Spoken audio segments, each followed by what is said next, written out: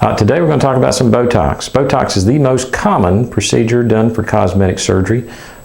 Since 2013, they've had about 6.3 million injections, so it's very common.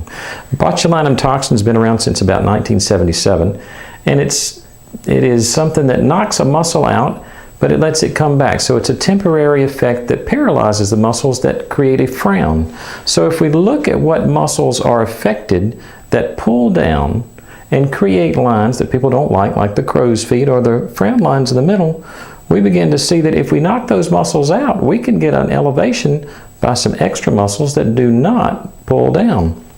Number one, muscles that pull down with gravity are the side right here, the orbicularis oculi. And then right in the front, we have the frontalis, which hooks right to this corrugator.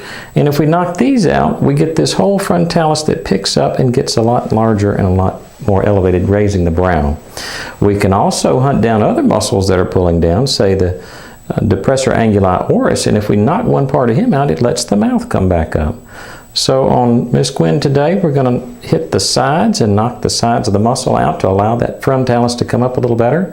And then we're going to go to the other side and do the same thing so that we get the sides of the brow to come up, and then a little bit in this frontalis, right in this corrugator, to allow the frontalis to come up better.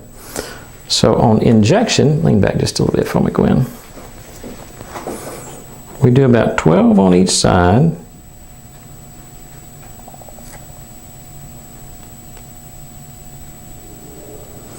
And most of this is saline. So it does make little whelps, but you do want the little whelps simply because that's what allows the Botox crystals to wash into areas that they need to be. If there were no little whelps, you wouldn't get it to spread out very far.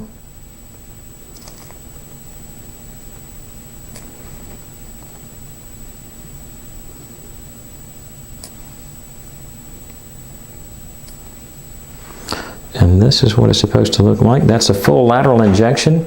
That takes the sides and allows this frontalis to lift up. Look over my way just a hair.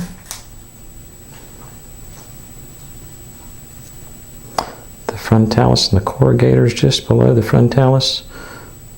We're knocking some of these out. We can actually do a orbicularis oculi injection also. And what that does, it actually takes less Botox, but you'll go just above the eyelid or the eyebrow, and it makes that come up just a little better.